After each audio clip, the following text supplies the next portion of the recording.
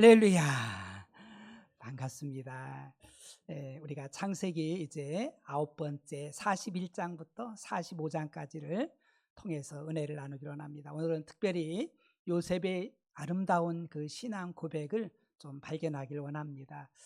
하나님께서 구원의 역사를 이루시는데 시대마다 사람을 들어 쓰시는데 뭐 잘난 사람 들어 쓰는 게 아니라 오히려 우리를 부르심을 알잖아요. 연약할 때, 병약할 때, 또 정말 부족할 때 그런 사람을 들어서 하나님이 쓰신다고 말씀하신 것처럼 요셉도 연약하기 그지없지만 그러나 그를 들어서 하나님이 그 시대에 또 하나님의 구원의 역사를 또 동참하는 것을 우리가 발견할 수 있지요. 하나님께서는 출애굽한 이스라엘 백성들을 즉시로 가나안 땅으로 이주시킨 게 아니라 광야 길을 가게 하시거든요. 우리가 생각할 때 아유 광야를 빼놓고서 그냥 걸러서 가나안 땅에 들어가면 얼마나 좋겠어요. 그런데 하나님 그렇게 하지 아니하고 애굽에서 오랫동안 종살이, 노예살이, 죄성에 젖어있던 그들을 그 죄악들을 다 뽑아서 온전히 천국의 삶을 살 수 있도록, 가나안 땅의 삶을 살 수 있도록 우리를 광야에서 만들어 가심을 믿으시기 바랍니다. 그래서 우리가 그때 불평할 게 아니에요. 우리를 시험하시고 낮추사 마침내 복이 되게 하시는 하나님의 놀라운 섭리가 있지요. 이 요셉도 정말 복잡한 가정에서 태어났어요. 우리가 잘 아는 대로 그의 아버지 야곱에게는 4명의 부인이 있었잖아요. 가장 사랑했던 라헬을 사랑해서 결혼하려고 했는데 자기 의도와는 상관없이 형인 그 레아를 줘가지고 또 언니를 주어서 그렇게 또 이제 부인 삼게 되고, 또 그냥 자녀 경쟁이 또 일어나가지고 그 레아와 라헬의 종들을 또 여종들을 또 보내가지고 들여보내서 야곱이 자녀를 낳아서 총 이제 레아를 통해서 6 아들과 딸 디나 하나와 또 이제 라헬과 또 2 여종을 통해서 둘 해가지고 6에서 12명의 아들과 딸 하나를 얻게 됩니다. 그러니 얼마나 이 가정이 복잡하겠어요. 그죠? 그 형제들이 정말 시기, 질투, 미움 막 이런 것들이 얼마나 많겠어요. 요셉은 라헬을 통해서, 사랑하는 라헬을 통해서 낳은 첫째 아들인데요. 아버지가 굉장히 사랑하지요. 왜냐하면 노년에 얻었기 때문에 그래요. 노년에 얻고 사랑하는 그 부인을 통해서 얻었기 때문에. 그 야곱의 나이 91세에 얻었거든요. 그리고 이 사랑하는 아내가 사실은 그 둘째 아들 베냐민을 낳다가 죽잖아요. 그때 요셉의 나이가 6살이에요. 그러니까 이 야곱인 아버지가 그 요셉을 향한 마음은 굉장히 애틋한 거예요. 굉장히 사랑하게 되고, 그리고 그를 보호해 주는 본능들, 이런 것들이 굉장히 강했어요. 그 반면에 형제들은 그 요셉을 굉장히 미워합니다. 왜 아버지는 저 요셉을 편애하지?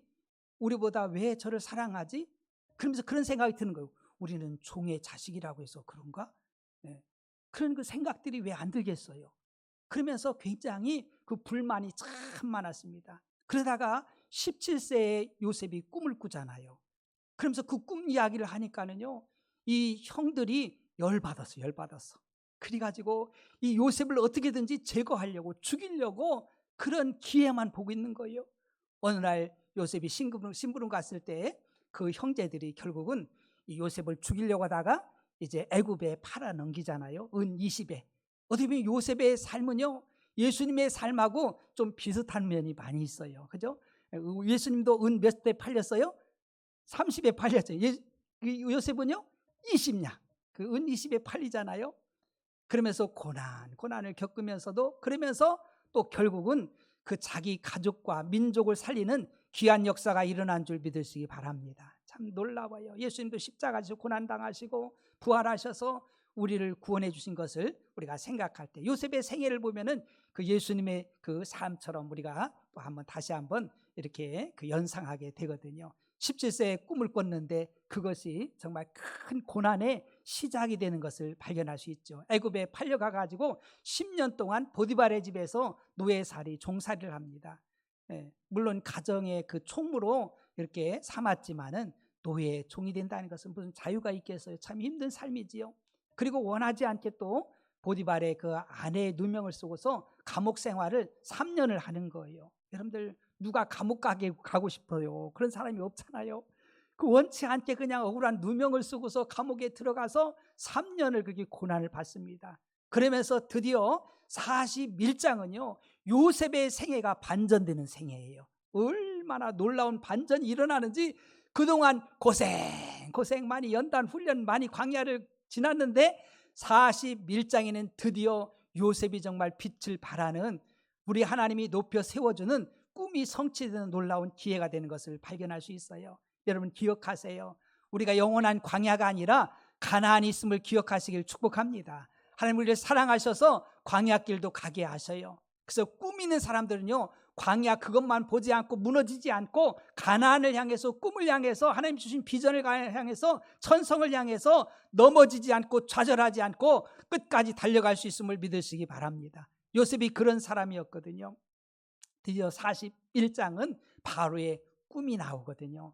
바로가 어느 날 나일강에 섰는데 나일강에서부터 그 이제 아주 탐스러운 소들이 암소 7마리가 쫙 올라오면서 그 풀을 뜯고 있는 그 꿈을 꿨어요. 그러더니 아주 파리하고 그냥 말라 빠진 그런 것도 암소 7마리가 나오더니만 이 살찐 암소들을 다 잡아먹는 거예요. 끝이 영 안 좋잖아요. 그죠? 찜찜해. 이게 뭐지? 그러다 꿈이 깼어요. 다시 잠이 들어서 꿈을 꿨는데 다시 한번 꿈을 꾸는데요 충실한 이삭 7이 싹 나오더니 아주 정말 그 메마른 이삭들이, 이렇게 쭉정이 같은 이삭들이 또 7개가 나와가지고 그 충실한 이삭을 또 다 잡아먹는 거예요. 더 이제 바로의 그 마음이요 굉장히 찹찹한 거예요. 번민이 생기는 거예요.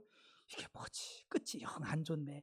좋은 암소 이런 충실한 이삭은 참 좋았는데 뒤에 있는 그 마르고 그런 그 소들과 이 이삭들이 결국은 충실한 것들을 다 잡아먹으니까 이게 영 불길하고 그냥 마음이 찜찜해가지고 그 점술가들 막 그 꿈을 해몽하는 그런 사람들 막 부르는 거예요.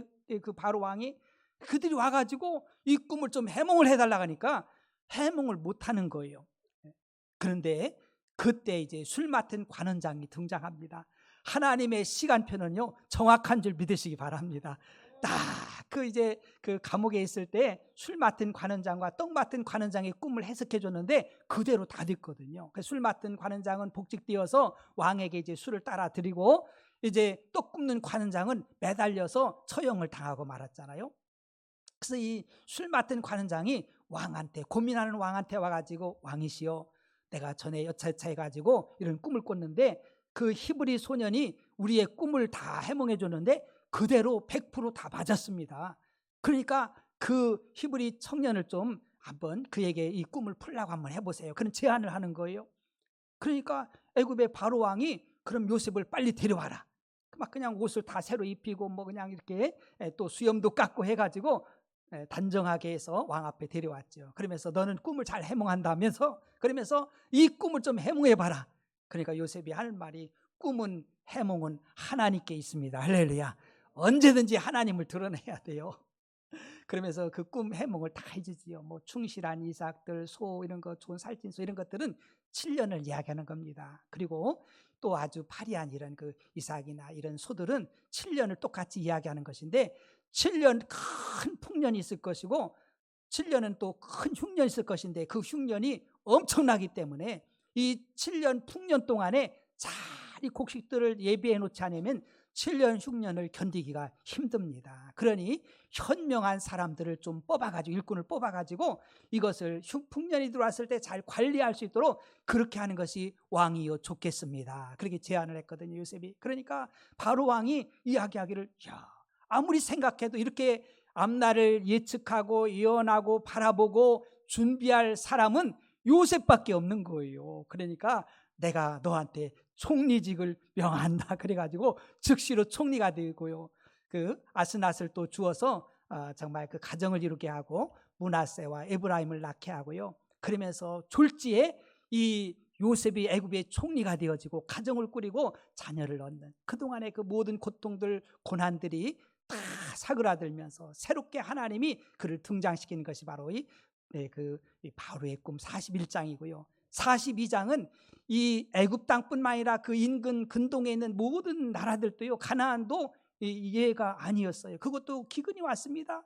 1년은 그래도 기근이 왔을 때 견뎠어요. 2년째 되는 때는 먹을 것이 하나도 없는 거예요. 그러니까 사람들이 먹을 것이 있는 애굽만 바라보는 거예요. 애굽에는 곡식이 있다는 소리를 듣고, 그러면서 야곱이 그 아들들에게 이야기하죠. 얘들아, 저 애굽에는 곡식이 있는데 빨리 가가지고 좀 곡식 좀 사와라. 우리 이따 굶어 죽겠다. 그러니까 10명의 그 아들들이요, 자루에 돈을 넣어가지고 그 곡식값을 넣어가지고 이제 그 애굽으로 와서 요셉 앞에 무릎을 덥죽 꿇는 거예요. 요셉이 누군지 모르지요. 그 총리인 그 곡식을 나눠주는 파는 그 요셉 앞에 와서 절하는 거예요. 그것을 요셉이 알잖아요. 요셉은 형들을 알아. 이제 헤어진 지 한 22년 정도, 20년 넘었지만은 그러나 17년 동안 형제들과 함께 생활했잖아요. 물론 변하긴 변했어도 그래도 뭐 10명 주르륵 오는데 모르겠어요. 알지. 알면서, 그러면서 요셉이 지난 과거들이 확 생각이 나는 거예요. 그러면서 진짜 형제들이 아직도 부모님에 대한 그 귀한 마음을 알지 못하고 또 형제간에 그 사랑하는 마음이 없는 그런 것이 아직도 있는가, 이것을 생각하면서 한번 시험을 한번 해보면서, 그러면서 그들의 변화된 것을 보고 싶어 하지요. 그러면서 갑자기 하는 이야기예요. 너는 정말 우리나라를 정탐하기 위해서 온 정탐꾼이 아니냐, 이렇게 이야기하니까는요, 그들이 깜짝 놀래가면서 아니라고, 정색하면 우리가 무슨 정탐꾼, 아니라고, 우리는 한 가족이라고, 한 형제들이라고. 그러면서 하나는 이제 죽어서 없어져서, 하나는 우리 가족에서 없어졌고, 하나는 이제 그 막내가 있는데 아버지가 너무 사랑하고 그 아들을 사랑하고 그 아들이 없어질까 봐, 큰일 날까 봐 아들은 그냥 남겨두고 우리 10형제만 왔다고. 그러니까 그거 보니까 너 진짜 정탐꾼인가 보다. 그러면서 요셉이 더 추궁하지요. 예. 그러면서 너희 빨리 막내 아들을 데려오지 아니하면은 너희들이 반드시 정탐꾼이 확실하다. 그러니까 막 그들이 막 고민에 빠진 거예요. 그다 이제 요셉이 하나 또 제안을 하지요. 그러면서 너희들 이제 그 9명만 남고 1명만 이제 가라. 그러다가 나중에는 그래, 1명만 남고 9명만 빨리 이것을 곡식을 가지고 아버지가 가가지고 이 기근을 좀 면해라. 그러면서 므낫세를 그곳에 결박해가지고 잡아놓습니다. 그리고 9명의 형제들이 그 곡식을 가지고 갑니다. 가는 보니까 그 속에는요 돈이 그대로 있고요. 그러면서 너 동생 데려오지 않으면, 너희들이 동생 데려오지 않으면 나를 다시는 만날 생각하지 말라. 아주 엄포를 팍 놨거든요. 그걸 갖고 가서 그걸 먹으면서도 그들이 이제 아버지한테 이야기하잖아요. 거기에는 애굽의 그 총리가 하는 이야기가 동생 데려오지 않으면 다시는 이제 정말 그를 만날 수 없다고. 그러면서 또 시간이 이제 지납니다. 그러면서 2차 방문이 이루어지거든요. 여러분들 곡식은 없고 기근은 계속되어지고 하니까요, 먹고 나니까 또 이제 그 곡식이 이제 없어진 거지요. 그러니까 먹어야 살잖아요. 여러분, 죽는 확실한 것은 먹지 않으면 죽는 거예요. 그죠? 곡기 끊으면은 죽는 거예요. 그 가만히 죽을 수가 없어. 그러면서 아버지 야곱이요, 정말 베냐민은 안 되는데 막 그러면서 너희들 왜 쓸데없는 소리 해가지고 왜 동생까지 이야기해서 동생을 이렇게 위험에 빠뜨리느냐, 막 그러면서 여러 가지 옥신각신하지만은 그러나 다른 방법이 없어요. 유다가 나서면서 아버지, 정말 동생을 데리고 가서라도 곡식을 사와야 하지 않겠습니까? 동생 데리고 가야 됩니다. 그래서 이 아버지는요 굉장히 반대를 하지만 결국은 안 되니까 하나님 앞에 기도하는 거예요. 하나님, 이 아들을 지켜주세요. 그러면서 하나님 은혜를 베풀어 주세요. 이 아들이 죽으면 죽을 것입니다. 어떻게 할 수 없잖아요. 하나님 뜻에 맡깁니다. 우리 생사와 복이 하나님께 있음을 믿으시기 바랍니다. 우리의 힘으로 되는 게 아니잖아요. 그러면서 그 이제 11 아들들이, 형제들이 다 그 곡식자를 가지고 돈과 선물을 그곳에 넣어가지고 이제 요셉한테 와가지고 넙죽 다 절하는 거예요. 요셉은요 다 알잖아요. 하나님 주신 꿈들이 하나하나 성취되는 것을 알잖아요. 그 11별들이 정말 다 정말 그 물 끓고 절하는 것을 그가 다 이야기하지 않았습니까? 그대로 되어지는 것을 그가 발견하면서, 그러면서 이제 그 동생이 온 걸 보고서 얼마나 또 감정들이 또 새롭잖아요. 정말 어려서 헤어졌고 정말 엄마 없이 자란 그 동생, 유일한 동생인 베냐민을 보면서 마음이 그냥 막 울컥해가지고 막 울음이 막 솟구치는 거예요. 사람들한테 보이지 않으려고 그냥 방에 들어가서 울고 다시 씻고 나와가지고 안 그런 척하면서, 그러면서 안부를 물어보면서 아버지가 건강하시냐, 잘 지내고 있느냐 쭉 이야기하면서, 그러면서 오찬을 딱 짐승을 잡아가지고 준비해가지고 음식을 이렇게 같이 먹습니다. 그러면서 형제들은요 막 그 마음이 막 그냥 복잡한 거예요. 이러다 우리를 노예로 삼으려고 하는 거 아니냐 막 그러면서 우리를 해하려고 하는 것이 아니냐 그러면서 막 복잡한데 그 요셉이 자리를 앉히는데 그 형부터 그냥 쭉 그 서열대로 앉히는 거예요. 그걸 보면서 그들이 더 놀라는 거예요. 그리고 베냐민에게는 음식 다른 형제들보다 5배를 더 주고요. 그런 일이 있으면서 그러면서 이제는 그들에게 곡식을 다 이렇게 나누어 주지요. 그러면서 그들이 이제 갈 때 요셉이 다시 한번 시험을 합니다. 그들이 정말 우리 형제들이 얼마만큼 변했는지를 보기를 원하는 거예요. 마지막 시험이 하나님의 시험도 사랑의 시험인 것처럼 정말 형제를 사랑하는지 아버지를 사랑하는지 이런 것들을 시험하는 거지요. 그러면서 자기가 쓰던 은잔을 그 베냐민의 자루에다 몰래 청지기한테 집어넣으라고 했습니다. 그걸 가지고서 이제 그들이 집을 향해서 열심히 가고 있는데 청지기가 쫓아가가지고 왜 주인의 물건을 도적질해 가느냐, 너희들이 그럴 수 있느냐, 배은망덕하게 막 그러니까 이들이 깜짝 놀라서 아니라고, 우리가 어떻게 주인의 그 물건을 훔쳐가겠느냐고. 정말 곡식 준 것만 해도 너무 감지덕지한데, 그러면서 누구에게서든지 정말 주인의 그 은잔이 발견되는 사람은 죽일 것이고 우리 모두는 다 당신의 종이 될 것이다, 노예가 될 것이다, 그렇게 선언을 하거든요.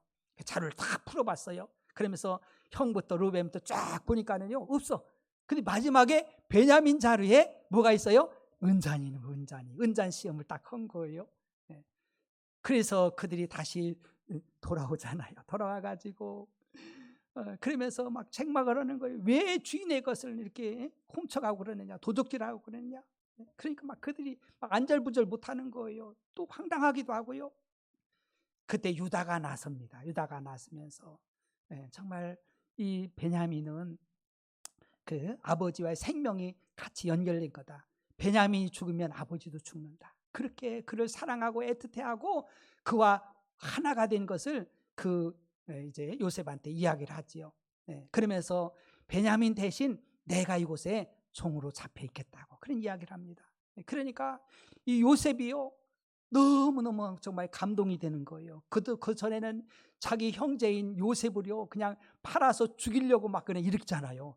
그런데 자기가 고난받으며 희생하면서 그러면서 베냐민 대신에 내가 종으로 잡혀 있겠다고 하는 그의 모습을 보면서 변화된 그의 모습, 그리고 아버지를 염려하는 그 모습을 보면서 전에 옛날 생각이 나는 거예요. 전에는 아버지한테 막 거짓말해가지고 요셉이 짐승에 찢겨서 죽였다고 그냥 그 옷을 벗겨가지고 염소 피를 발라가지고 그거 갖다 주고 아버지가 얼마나 슬퍼했어요.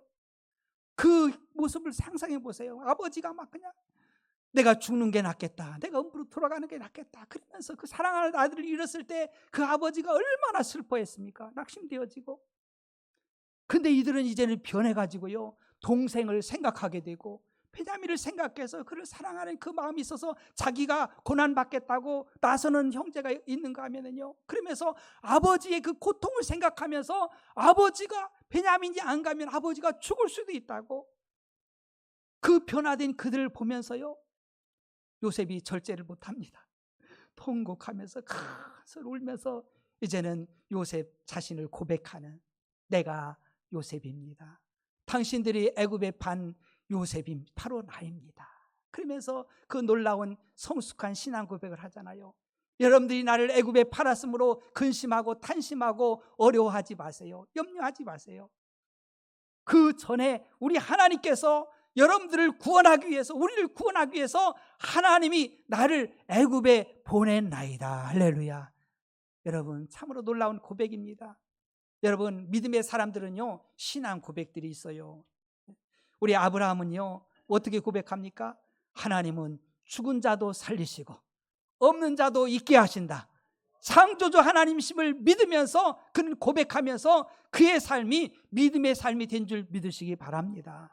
그의 나이 많아져서 100세가 다 되어도, 부인의 나이 90세가 다 되어도, 그 사라의 그 태 죽은 것 같은 생리가 끊어졌어도 하나님이 주시면 주신다. 할렐루야. 그 믿음이 약해지지 않잖아요. 그 귀한 아들 이삭을 모리아에 있는 산에서 번제로 드리면서 그 부활의 신앙을 가지고 그는 하나님의 말씀에 순종하잖아요. 정말 놀라운 신앙 고백이에요. 또 이삭도 생명의 근원은 하나님이십니다. 그 놀라운 고백하잖아요. 그 부인 리브가가 빨리 애 낳게 해달라고. 그러니까 아니 내가 애를 만들고 생명을 주는 게 아니라 하나님이 생명을 줍니다. 할렐루야. 하나님이 잉태시키고 생명을 주시는 것이지 생명의 근원이 하나님께 있는 것이지 사람에게 있는 것이 아닙니다. 그래서 생명의 근원이신 하나님을 고백하는 그의 모습, 그럼 순종해 나가잖아요. 그 야곱도 하나님은 나의 하나님이십니다. 그러니까 고백하면서, 그러면서 모든 물질의 주인, 모든 것들의 주인 하나님이시다고 고백하면서 11조를 드리면서 그가 하나님 앞에 예배하면서 나의 하나님으로 평생 살아가는 것을 발견할 수 있어요. 믿음의 사람들은요, 이런 아름다운 신앙의 고백이 있습니다. 베드로의 고백도 있고요, 다니엘과 그 친구들의 고백이 있잖아요. 그리 아니하실지라도 나는 하나님을 섬기고 우상을 섬기지 아니하겠습니다. 우리 하나님께서 나를 건지실 겁니다. 할렐루야. 이 믿음의 고백들이 다 있어요. 여러분들의 신앙의 고백은 뭔지요? 이 고백 있는 사람들이, 하나님을 체험한 사람들은요, 흔들리지 않습니다. 어떠한 환경 속에서도 흔들리지 아니하고 믿음으로 나아가고 있는데요, 특별히 이 요셉의 신앙 고백, 성경을 통해서 한 세 가운데만 좀 찾아보기로 해요. 첫째는요, 이 요셉은요, 하나님에 대해서 코람되의 삶을 산 줄 믿으시기 바랍니다. 이것이 바로 창세기 39장 9절과 10절에 이 집에는 나보다 큰 이가 없으며 주인이 아무것도 내게 금하지 아니하였어도 금한 것은 당신뿐이니 당신은 그의 아버지입니다. 아내입니다. 그런즉 내가 어찌 이 큰 악을 행하여 하나님께 죄를 지으리까? 여인이 날마다 요셉에게 청하였으나 요셉이 듣지 아니하여 동침하지 아니할 뿐더러 함께 있지도 아니하니라. 하나님 눈에 안 보이시잖아요. 그런데 요셉은요, 전지전능하시고 시퍼렇게 살아계신 하나님을 인식하면서 하나님 앞에 그의 삶이 펼쳐진 줄 믿으시기 바랍니다. 보통 사람들은요, 사람 보고, 사람 눈치 보고, 사람 때문에, 여러분들 오늘 우리의 믿음이요, 사람 보는 믿음 되지 않길 축복합니다. 사람은 아무것도 소용없어요. 우리를 도울 수도 없고요, 아무런 능력이 없어요. 근데 많은 사람들은요, 사람 보는 신앙생활을 하는 것이 너무 많아요. 사람 생각, 내 생각, 영적으로 깨어있지 못하고 영적인 삶을 살지 못하는 혼적인 삶을 많이 살아요. 마음과 생각에서 끝이는 그런 그 믿음 생활하는 사람이 얼마나 많은지 모릅니다. 우리는 영의 삶을 살아야 돼요. 할렐루야. 그래서 우리는요, 하나님을 인식하면서 하나님 앞에, 보디발의 부인이 날마다 요셉을 이렇게 유혹하잖아요. 그럴 때 그는 이야기하는 거예요. 나는 하나님 앞에 죄를 지을 수 없습니다. 여러분, 사람을 생각하고 사람 인식하는 그런 믿음이 됐다면요, 그는요 그냥 슬쩍 넘어갔을 거예요. 여러분, 모세도 마찬가지 아니겠어요? 애굽의 바로의 애굽의 정말 공주가 되어서 이제 왕자가 되어서 공주한테 이렇게 입양되어서 살아갈 때 그 부귀영화를 다 누릴 수 있었습니다. 그러나 내가 이 죄악된 세상에서 부귀영화 누리는 것보다 하나님의 백성으로서 하나님 앞에 고난받는 것이 내가 낫습니다 하고서 그가 앞장선 줄 믿으시기 바랍니다. 우리 하나님 앞에서의 삶을 살아야 돼요. 우리는 얼마큼 살지 어떻게 살지는 모르지만은 하나님 앞에 살지 아니하면 모든 것들은 다 직과 같아. 마지막 날에 공력이 정말 증거될 때 불타서 다 없어지고 마는 거예요. 하나님 앞에 드려지고 하나님 앞에 신겨지고 하나님 앞에 대한 믿음을 가진 자만이 온전히 하나님이 인정해 주는 자임을 믿으시기 바랍니다. 우리는 굉장히 외형적인, 그래서 체면에 정말 사람들 눈치 보면서 사람 때문에 이런 신앙할 때가 얼마나 많아요. 여러분, 그것은 아무런 의미가 없어요. 우리는 다 1대1로 하나님 앞에 서야 된다는 것을 잊지 말길 주님으로 축복합니다. 그러면서 누가 보든지 아니 보든지 그 집에 아무도 없어요. 요셉과 보디발의 아내밖에 없습니다. 자기들이 눈 감고 가만히 있으면은요 넘어갈 일이 되잖아요. 그러나 시퍼렇게 살아계신 하나님 앞에 내가 어찌 하나님 앞에 범죄할 수 있습니까? 여러분, 사람 눈을 인식해서 사람 편에 서서 그렇게 행동했다면요, 그러나 하나님이 살려주지 않아요. 여러분, 엘과 오난의 그런 그 역사도 알잖아요. 다말에게 있어서 하나님 앞에 범죄하니까 그냥 죽이잖아요. 엘도 오난도. 정말 이런 모습들 우리가 바라보면서 우리가 하나님 앞에 바로 서지 않으면 아무 소용이 없어요. 요셉이 만약에 이걸 살짝 피해가지고 내가 좀 편해야지, 육신을 편해야지 하고서 넘어갔으면 하나님이 그냥 두겠습니까? 그 후에는요 보나마나 정말 역전의 그런 순간이 없어요. 그러나 하나님 앞에 끝까지 믿음을 지키고 하나님을 인식하고 하나님 앞에서의 코람되의 삶을 살았기 때문에 하나님이 그를 붙드시고 하나님 그를 높여주신 줄 믿으시기 바랍니다. 어렵습니까? 힘듭니까? 유혹이 얼마나 많아요. 그럴 때마다 좀 한번 살짝 눈 감어 넘어가 괜찮아. 마귀는 얼마나 유혹할 거예요. 그러나 우리는 속으면 안 돼요. 하나님 그걸 다 알고 계셔요. 하나님이 다 보고 계십니다. 하나님 다 계산하고 있어요. 그 영적인 사람들이 그걸 아는 거예요. 내가 이렇게 되면 마이너스지. 이걸 알아요.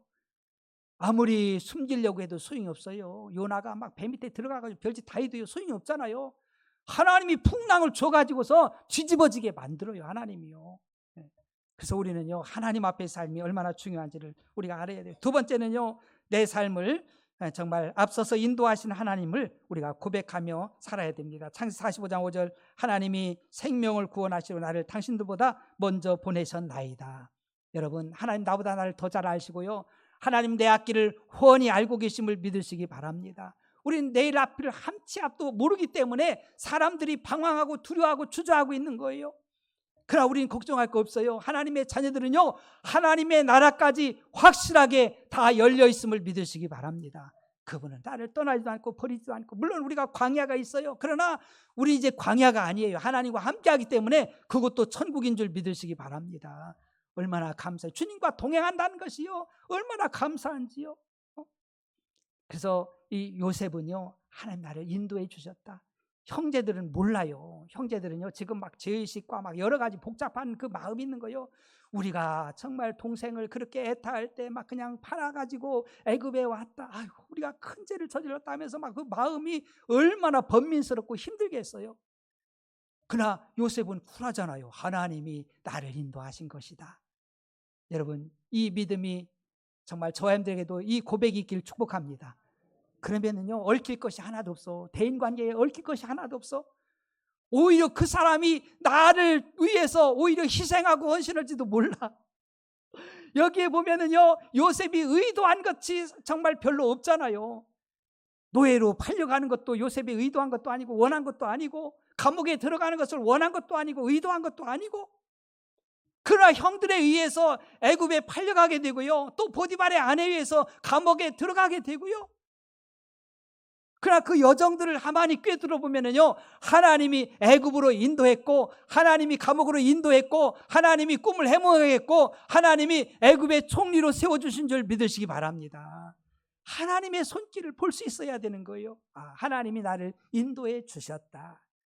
근데 많은 사람들이 하나님을 인식하지 못하면은요 불평하기 좋아하잖아요. 출애굽 1세대에 그러잖아요. 왜 우리를 광야에 보내가지고 이렇게 건조한 땅 제대로 먹지도 못하고 마실 것도 별로 없고, 그러면서 원망하고 불평하고 그냥 육신의 쾌락을 쫓아서 살다가 시험하다가 음란하다가 결국은 다 망하잖아요. 여러분, 하나님의 복을 받는 길은요 그렇게 복잡하지 않아요. 단순합니다. 하나님 앞에 범죄하지 않고, 우리가 죄지면 회개하고, 우리가 언약의 말씀을 붙잡으면요 하나님의 비전을 붙잡으면 반드시 복 있는 자가 되는 줄 믿으시기 바랍니다. 그걸 놓치기 때문에 그래요. 쉽게 가려고 하기 때문에.